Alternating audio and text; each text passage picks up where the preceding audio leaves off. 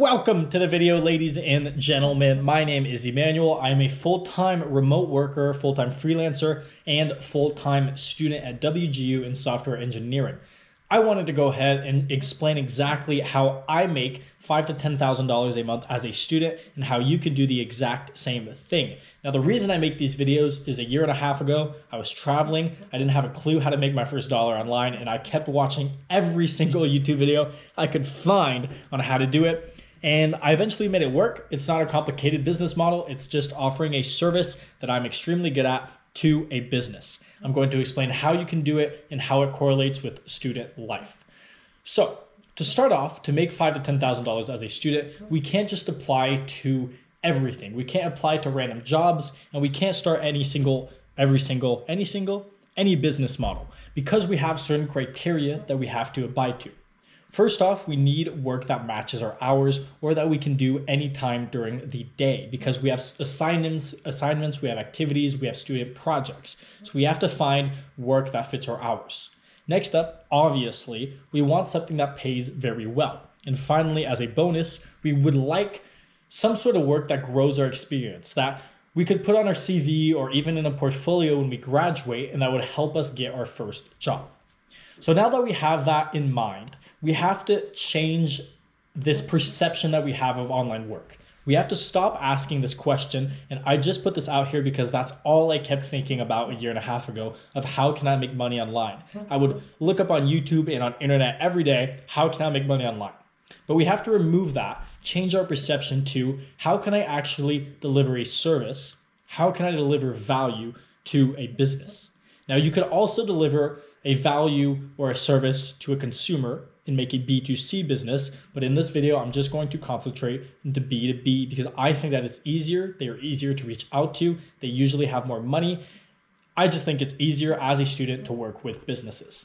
So now that we've decreed that we have to work, that we have to provide value to a business, there's two ways to keep going with this. You can either start freelancing, which is doing everything yourself and offering a service yourself, or you can launch a business.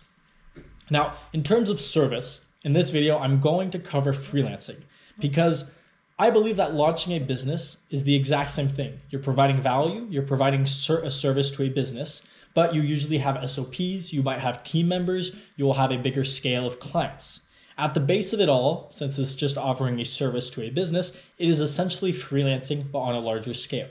So if you don't yet own a business, start by becoming the number one offer. Because if let's say you're working with if your service is social media marketing or your service is copywriting, become the number one, become the best in that space. And then after, you'll be able to easily scale with your testimonials, with your referrals, with all your clients into a business.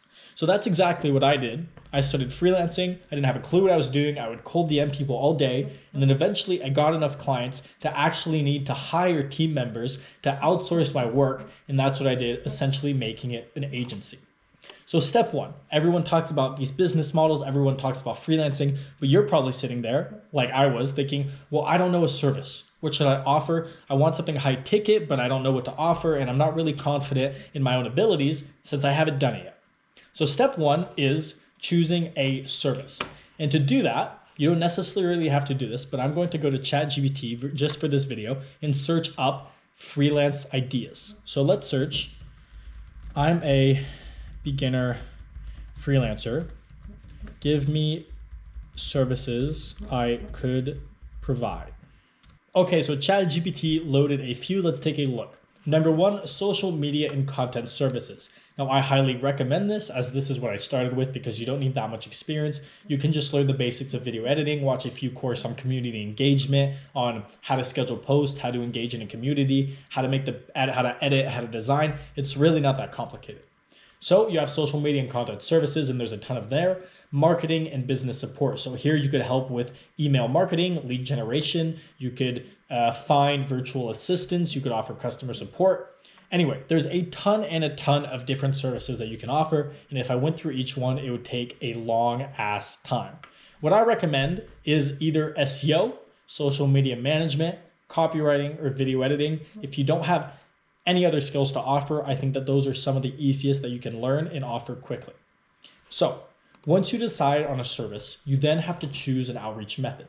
And I'm going to go over 3: cold DMs, cold emails, and warm outreach. Now there is more. There's building a personal brand, which I'm currently doing, but you want something that can get you results relatively quickly and on a predictable basis. There's also cold calling, but I tried to do that and I absolutely hated it. So I'm not even going to talk about it in this video, but if you are motivated and you do want a cold call, definitely go for it.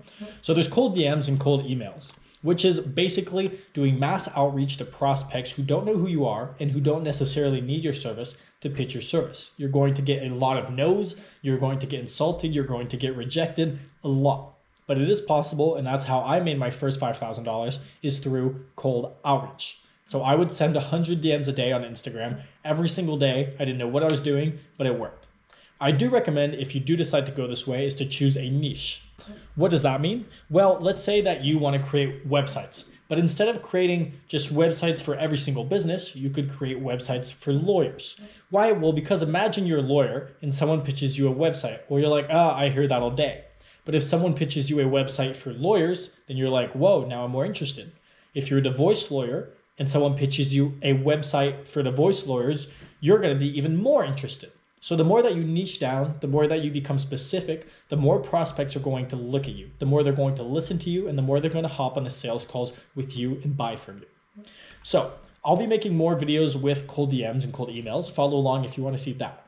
But what I recommend, especially as a beginner, is warm outreach. Now, what that means is reaching out to people who either know you or who are currently looking for your service.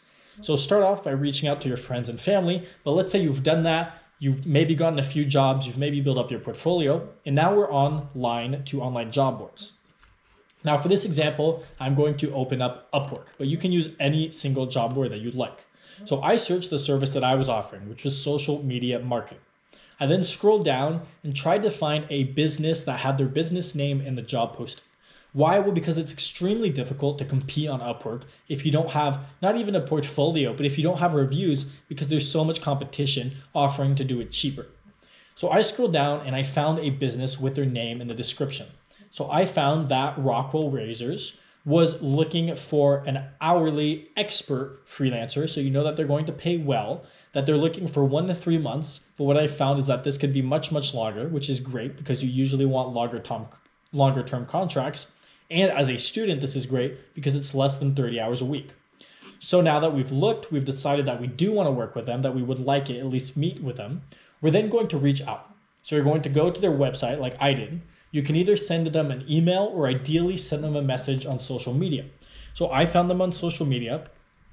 You can click on message and just say, hey, I'm a marketer or I'm a copywriter or whatever you do. I found you from Upwork. This is what I offer. I would love to meet. Let me know if you're available sometime this week. You want to finish with a call to action. You can also leave a comment on one of their last posts and just say, hey, I just left you a message. I would love if you could check it out when you're free. That means that if they missed your message, they're going to see your comment and then go check their message. It's important in these cases to be extremely personalized because they're getting a lot of offers. Even on Upwork, they're getting a lot of people reaching out to them. So you want to be extremely personalized and show them a step-by-step plan exactly how they're going to solve your problem.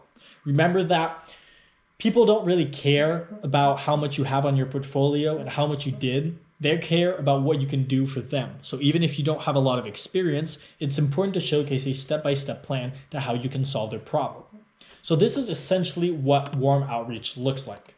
Once you do that, once you do your warm outreach, once they say, yeah, hey, I'd like to meet, you're going to hop on a call. To do that, you are going to send them a Calendly link. This is a free scheduling tool. It's simply a link that you send to them. They'll book a time that you choose the availability for, and it's going to book it in their calendar and in your calendar and add a Zoom link. So it's extremely useful. Once on the sales call, since it's warm outreach, you don't necessarily have to have a pitch deck. You're just going to talk with them, explain what you do, explain what they're looking for. If you're not a good fit, then that's all good. There's plenty of these out there every single day. And you're just going to meet and talk about pricing and see if you're a good fit. To finally accept pricing, you can use PayPal, but I recommend Stripe. It's what I use. It is a payment processor. It works great. There's good customer support, and you just send them a link with the invoice. They'll pay it, and the money will arrive right into your bank account once it is transferred in. So once you've accepted payment, once you've gotten on sales calls, once you start knowing what you're doing in terms of sales, you really want to focus on providing high quality work. My mistake when I started is that I focused so much on outreach, on acquisition, on new clients, that I didn't focus at all in what I was going to offer. And I lost my first client after 3 days, which for me was devastating because it was the first money I'd ever made. And like, I went to my job and I was like, hey, I don't even need to work here anymore because I made more money in a day than I make here working a week.